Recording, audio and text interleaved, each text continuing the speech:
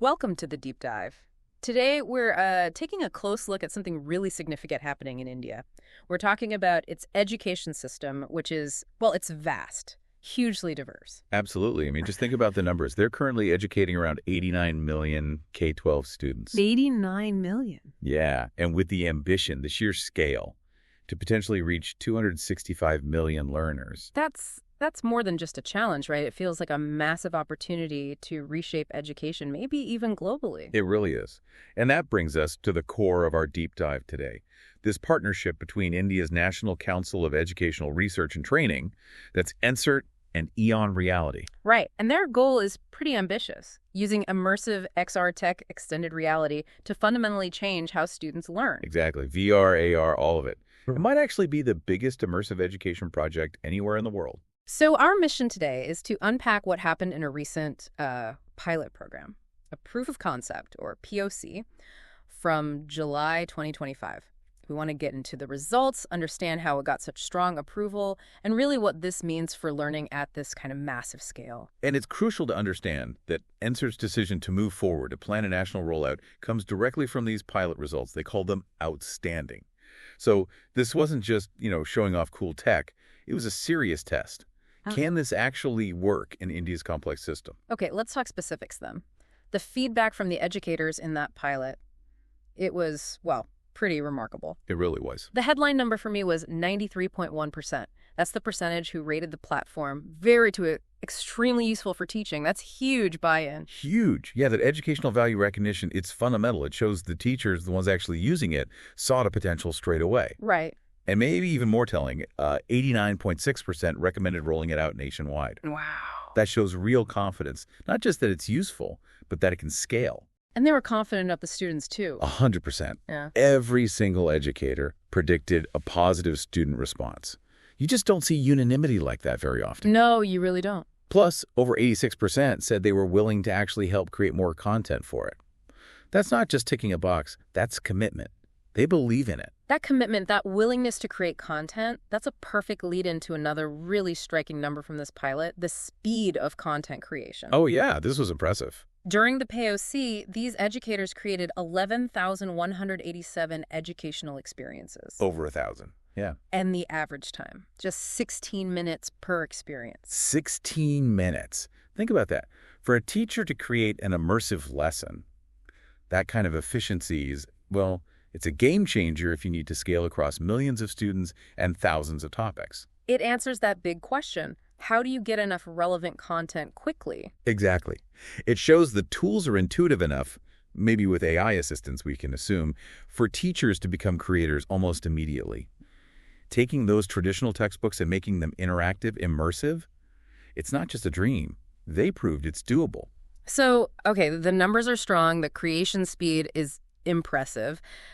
But how does this actually reach students across India, given the diversity in infrastructure and access? That was clearly a major focus in the platform design. Yep. A key feature is mobile-first accessibility. Meaning it works on regular smartphones. Right. It's device agnostic. Yeah. So you don't need expensive, high-end VR headsets for every student. It works on phones, tablets, laptops, reaching urban and rural areas alike. That's critical for equity. Absolutely. Yeah. And then there's the language aspect. It has full support for regional languages. Which aligns with India's education policy, the NEP 2020, right? Focusing on mother tongues. Precisely. And it goes further. There's personalized AI learning. Think of it like an AI tutor adapting to each student's pace and style. And crucially, they're not just throwing tech at teachers. There's a national teacher empowerment program being built around this. So training them not just on the buttons, but on the pedagogy, how to teach differently with this. Exactly. And finally, inclusive design features to help students with diverse learning needs. It seems very thought through. Let's make this more concrete. What kind of experiences are we talking about? Well, imagine instead of reading about a historical battle, you can walk through the scene in VR. Okay. Or in chemistry, you're not just looking at a 2D diagram of a molecule. You're grabbing a 3D model, rotating it, seeing how it fits together. Right. That makes sense. Conducting physics experiments, maybe ones that are dangerous or expensive to set up in reality, but perfectly safe in a virtual lab. Or visualizing complex math concepts, making them almost tangible. Even language learning. embedding it in cultural contexts you can explore. So it's moving from just remembering facts to, like, understanding through doing. That's the goal. Active engagement, not passive reception. So who are these educators involved in the testing, the validation? Right, the POC itself was this intensive 2-day training, July 3rd and 4th, 2025. And they brought together 85 really high-caliber educators. High caliber how?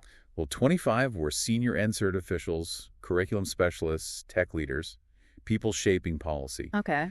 And the other 60 were ICT award-winning teachers. These are top teachers recognized nationally, literally presidential awardees. Wow. And from all over India. Yeah, pan-India representation, different states, different environments, urban, rural, and covering key subjects, math, science, ICT, social science, even multilingual teaching experts. And you mentioned they started creating content almost immediately. That's what the report says, yeah. Immediately began creating immersive educational content. It really highlights that the platform must be pretty intuitive, likely using those AI tools to help. And was the content they created actually used? Did students engage with it? They measured engagement time during the pilot. The top example was understanding Ohm's law. It clocked 156 minutes of total engagement. That's significant time on task for one topic. Definitely. Others included human brain right hemisphere with 106 minutes, human heart with 48, air expansion observation, 31 minutes, introduction to flower structure, 29 minutes. So real science and math concepts drawing sustained attention. Exactly. And remember the multilingual aspect. One teacher created dozens of full lessons in Tamil. Wow, okay, so really proving that capability. Yeah, a powerful validation for India's linguistic diversity. And it sums up why educators weren't just seeing this as another tool. They described it as a fundamental pedagogical transformation. A fundamental transformation. Okay, let's break that down. What does that mean in the classroom? They identified specific areas. Right? Yes, 5 core ways it changes things. First, visualization, making abstract stuff, especially in science and math, tangible, viewable, and 3D. Makes sense. Number 2.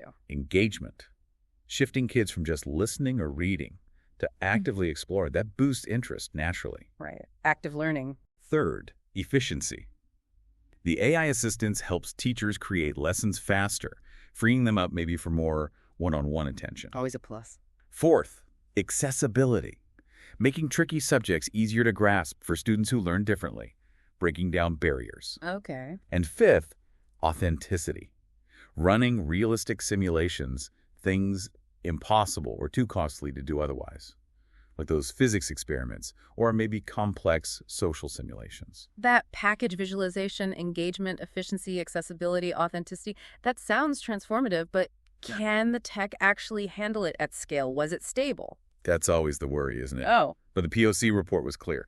0 system downtime. 0. That's impressive for a pilot. Very. And it worked across different platforms, web browsers, mobile apps, actual XR devices, seamlessly. Good. And we already talked about the rapid content deployment, 16 minutes average. Plus, it handles multiple types of media 3D models, VR, interactive quizzes, all integrated. So technically robust, it seems. Which leads to the big question. How do they go from this successful pilot to potentially 89 million students? What's the rollout plan? It's phased. Very structured. Phase 1 started basically right after the POC, August 2025.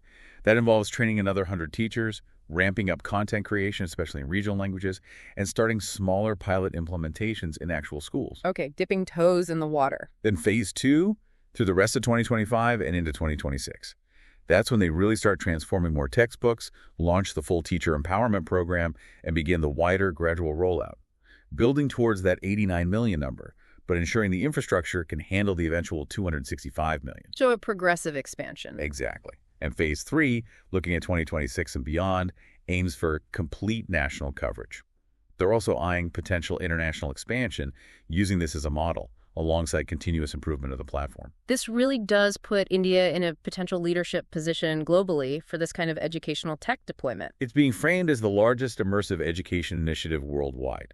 And EON Reality, the partner, brings a lot of experience. What's their track record? Well, they're a significant player. Over $100 million annual revenue, apparently over 40 million users in 60-plus countries, and a huge library, 830,000 digital assets already. Okay, so they have scale. And advanced AI tools, things like EON AI Ready that can convert text into an XR experience, supposedly with one click, and train AI for content creation. That underpins the speed we talked about. Right. And here's a critical detail, maybe the most critical for adoption. What's that? The entire implementation is planned at no cost to the schools or the students. No cost. How is that possible? The source material emphasizes this point strongly.